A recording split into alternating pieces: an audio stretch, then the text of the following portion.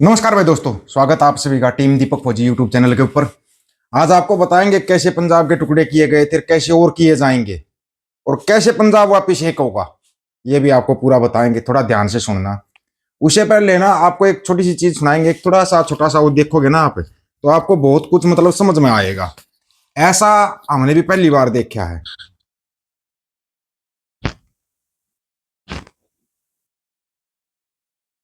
कमाल की बात है, ये जो ढोल नगाड़े बज रहे हैं ना, ये पता है किसी खुशी में नहीं बज रहे।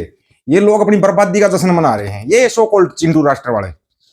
एक मेडिकल कॉलेज बंद होता है, माता वैष्णो देवी मेडिकल कॉलेज, उसके ढोल नगाड़े बजाए जा रहे हैं। ये कितनी शर्मनाक बात है ये देश के लिए। उसके बाद जो होता है वो भी सुनना, थोड़ा ध्यान से सुनना, फिर बात करेंगे। मतलब बाकी मुल्क में लोग मेडिकल कॉलेज लाने के लिए लड़ते हैं, यहाँ मेडिकल कॉलेज को बंद करने की लड़ाई लड़ी गई। ये आपने जम्मू कश्मीर के बच्चों के मुस्तकबिल के साथ खिलवाड़ किया।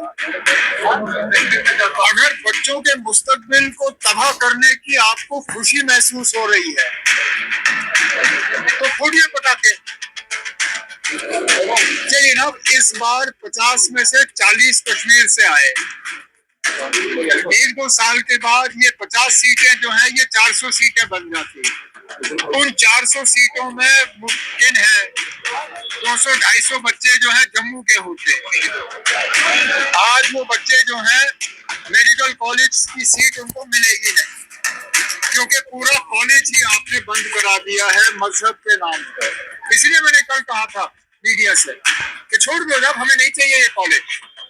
अच्छा हुआ, अब हमारे ये बच्चे जो हैं हमारे गवर्नमेंट मेडिकल कॉलेजेस में एडजस्ट हो जाएंगे। मैंने हेल्थ मिनिस्टर साहिबा से कहा हुआ है कि फौरी तौर वो इसमें पेशरफ करें और इनके घर के सबसे नजदीक जो मेडिकल कॉलेजेस हैं उनमें ये एडजस्ट हो जाने चाहिए, ताकि ये डॉक्टर बने और यहाँ के लोगों की खिदमत करें। जिन बच्चों को आगे मेडिकल कॉलेज की सीट मिलेगी नहीं क्योंकि ये मेडिकल कॉलेज बंद हुआ है, तो उनको इन संघर्ष समिति वालों की हमेशा के लिए जो है उनको याद रखना चाहिए। अभी आपको बताते हैं मामला क्या था पूरा। ये मामला था जो माता वैष्णो देवी मेडिकल कॉलेज है, उसमें 50 सीटें निकली थी। 50 में से 40 मुस्लिम छात्र हो गए। 40 मुस्लिम छात्र हो गए, तो मुस्लिमों से और सिखों से तो इनको बेचारों को पहले ही दिक्कत होती है। और वो दिक्कत क्या थी, सरेआम सामने आ गई लोगों के। वो कैसे सामने आई, इन्होंने उस माता वैष्णो देवी मेडिकल कॉलेज को ही बंद कर दिया, परमानेंट बंद कर दिया। कि कैसे 50 में 40 बच्चे वो चुने गए, वो अपनी काबिलियत के दम पे चुने गए थे, काबिलियत के दम के ऊपर चुने गए थे। वो ऐसे नहीं था वो फर्जी डिग्री लेकर आए हुए थे कोई। लेकिन इन लोगों को तो बड़ी दिक्कत हो जाती है ना भाई, इनको दिक्कत हो जाती है कि भाई कैसे मुसलमान आगे बढ़ रहे हैं, कैसे सिख आगे बढ़ रहे हैं। अब बात आ गई सिखों के ऊपर, तो सिखों का भी पूरा सुनते जाना, थोड़ा सुन के है ना वो मत करना। पहले तो एक बार आप सुनो, उसके बाद बात करेंगे। मुसलमानों को पंजाब मुल्क ने, हिंदुओं को पूरा हिंदुस्तान नेपाल, पर सिखा को अपने 5 सदियों के इतिहास च 9 लाख कुर्बानी करके एक 200 किलोमीटर का पंजाब आ। ਅਸੀਂ ਜੇ ਇੱਥੋਂ ਜੁੜਦੇ ਆ, ਅਸੀਂ ਦੁਨੀਆ ਦੇ ਕਿਸੇ ਕਿਤੇ ਤੇ ਆਪਦਾ ਦਾਵਾ ਨਹੀਂ ਕਰ ਸਕਦੇ। ਪੰਜਾਬ ਦੀ ਵੰਡ ਕਰਵਾ ਕੇ ਆਪਦੀ 60% ਦੀ ਜ਼ਮੀਨ ਗਵਾ ਕੇ, ਨਨਕਾਣਾ ਸਾਹਿਬ ਗਵਾ ਕੇ, ਆਪਦੀ ਰਾਜਧਾਨੀ ਲਾਹੌਰ ਗਵਾ ਕੇ ਸਿੱਖਾਂ ਨੇ ਇੱਕ 200-250 ਕਿਲੋਮੀਟਰ ਦਾ ਪੰਜਾਬ ਪ੍ਰਾਪਤ ਕੀਤਾ ਆ 5 ਸਦੀਆਂ ਚ। ਜੇ ਉਹਦੇ ਚ ਵੀ ਅਸੀਂ ਇੱਥੇ ਧੱਕੇ ਖਾਣੇ ਆ, ਭੀੜ ਕੋਲ ਕੋਟੀ ਖਾਣੀ ਆ, ਤਾਂ ਫਿਰ ਤਾਂ ਅਸੀਂ ਸਰਵਾਈਵ ਨਹੀਂ ਕਰ ਸਕਦੇ। ਇਸ ਕਰਕੇ ਇਹ ਧਰਤੀ ਖਾਲਸੇ ਦੀ ਧਰਤੀ ਆ ਤੇ ਇੱਥੇ ਖਾਲਸਾ ਜਿਹੜਾ ਆ ਉਹਦੇ ਪਰਚਮ ਲਹਿਰਾਉਂਦੇ ਰਹਿਣੇ ਚਾਹੀਦੇ ਆ। ਉਹ ਤਾਂ ਹੀ ਲਹਿਰਾਉਂਦੇ ਰਹਿਣਗੇ ਜੇ ਖਾਲਸਾ ਇੱਥੇ ਟਿਕਿਆ ਰਹੂਗਾ। बिल्कुल राइट बात बोली है सरदार जी ने।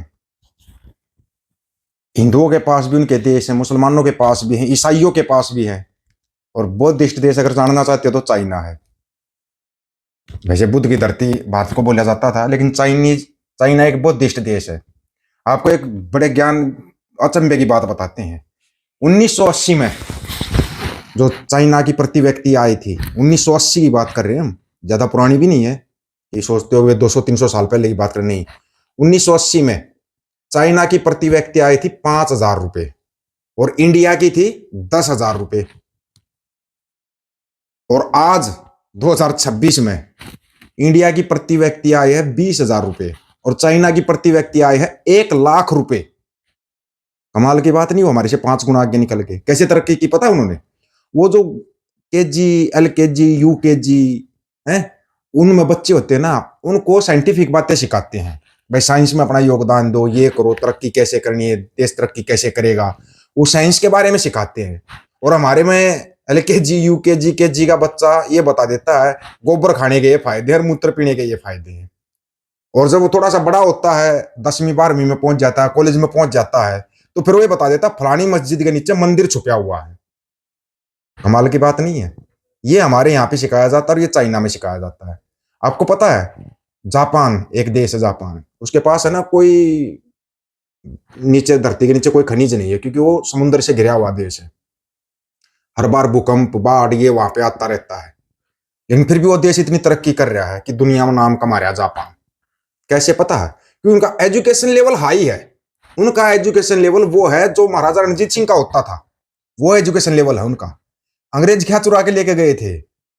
उन्होंने कुछ नहीं चुराया खालसा राज का, उन्होंने चुराई खालसा राज की शिक्षा नीति। और हम यहीं पे मार खा रहे हैं। कहां हमारी शिक्षा नीति? क्या सिखाया जा रहा है, क्या पढ़ाया जा रहा है बच्चों को? अभी एक नया प्रोपगंडा चलाया जा रहा है कि भाई पहली से लेकर 5वीं क्लास तक गीता के बारे में सिखाया जाए। क्या सिखाया जाए गीता के बारे में? भाई भाई से लड़ो। एक औरत के लिए पूरी महाभारत होगी, एक औरत के लिए पूरी रामायण होगी। यही सब है ना रामायण महाभारत में, और यही गीता में है, यही सिखाया जाएगा। मतलब कि धार्मिक अंध भगत बनाए जा रहे हैं। इसलिए अमेरिका ने क्या था, विश्व हिंदू परिषद और बजरंग दल को ना धार्मिक आतंकवादी संगठन घोषित कर दिया। किसी को पता लग गया, किसी को पता नहीं लगा। लेकिन हमारे यहाँ पे ये सिखाया जाएगा बच्चों को। भाई ये सिखाना जरूरी है, क्योंकि हमारे बच्चे कट्टर अंध भगत बनेंगे तभी तो जाके काम चलेगा ना। तभी तो गोबर खा के मूत्र पी के कोई अगर ठीक बात कर रहा है, देश को जोड़ने की बात कर रहा है, तो उसके खिलाफ गाली गलौज या सरकार से कोई सवाल कर लिया। सबसे बड़ी बात है, आप आज के टाइम पर आप इंडिया में सरकार से एक सवाल कर लो कि गंदा पानी पी के इतने लोग मर गए, तू गद्दार है, फलान है, ढिमकान है। आपको एक छोटा सा उदाहरण देते हैं हरियाणा का, दूर मत जाना हरियाणा का। हरियाणा के अंदर 81 गांव ऐसे हैं जिनका पीने का पानी पीने के लायक नहीं है, जहर बन चुका है पानी। पता है आप लोगों को? 81 गांव हरियाणा के। अगर इन सब चीजों से बचना है तो भाई खालसा राज ही चाहिए फिर, ताकि बच्चों को बढ़िया शिक्षा मिले, उचित शिक्षा मिलेगी, उच्च शिक्षा मिलेगी, तभी बच्चे कामयाब होंगे। नहीं तो बच्चे गोबर खाएंगे, मूत्र पिएंगे और मोगली मोगली चिल्लाएंगे। वो एक ब्रिटेन में चिल्ला रहा था मोगली मोगली, और उसकी हालत कर दी खराब। वो एक कनाडा में 13 साल की बच्ची के साथ छेड़छाड़ कर रहा था, जब पकड़ लिया तो बोला इंडिया में तो ये सब चलता है, क्योंकि ये लोग संस्कारी बलात्कारी हैं। हमें नहीं चाहिए वैसे संस्कारी बलात्कारी, ऐसे वाहियात लोग जो कि एक मेडिकल कॉलेज बंद होने पर ढोल नगाड़े बजाते हैं। ऐसे वाहियात लोग हमारे को नहीं चाहिए। तुम्हें तुम्हारा चिंटू राष्ट्र मुबारक, हमें हमारा खालसा राज मुबारक। खालसा राज तो आएगा, गारंटी इस चीज की, डोंट टू साफ दे देंगे और आएगा वो। तुम जो चिल्लाते रहते हो new world order, new world order, वो न्यू वर्ल्ड ऑर्डर का असर अभी दिखाई देगा तुम्हारे को। बनेगा खालसा राज, गारंटी के साथ बोल रहे हैं आपको। और 2030 से पहले पहले बनेगा। अगर यही चाल रही तो हो सकता है 2026 में ही बन जाए, इसी साल बन जाएगा। याद रखना इस बात को, कहीं भूल जाओ, क्योंकि आज तक जो बोल रहा था ना वो सारा सच होता जा रहा है, और आगे भी सच ही होगा। आप लोगों की क्या राय इसके बारे में? अपनी राय रखना, आपकी राय का इंतजार रहेगा। सभी साथियों को राम राम, नमस्कार, आदाब, सत श्री अकाल। वीडियो को ज्यादा से ज्यादा शेयर, चैनल को सब्सक्राइब, बेल आइकन को जरूर दबाना दोस्तों। टीम दीपक फौजी यूट्यूब चैनल, बात हक और सच की करेंगे। हक सच की बात हम करेंगे, वीडियो को शेयर करने की जिम्मेदारी आप लोगों की है। गज के आखो वाहिगुरु जी का खालसा, वाहिगुरु जी की फतेह।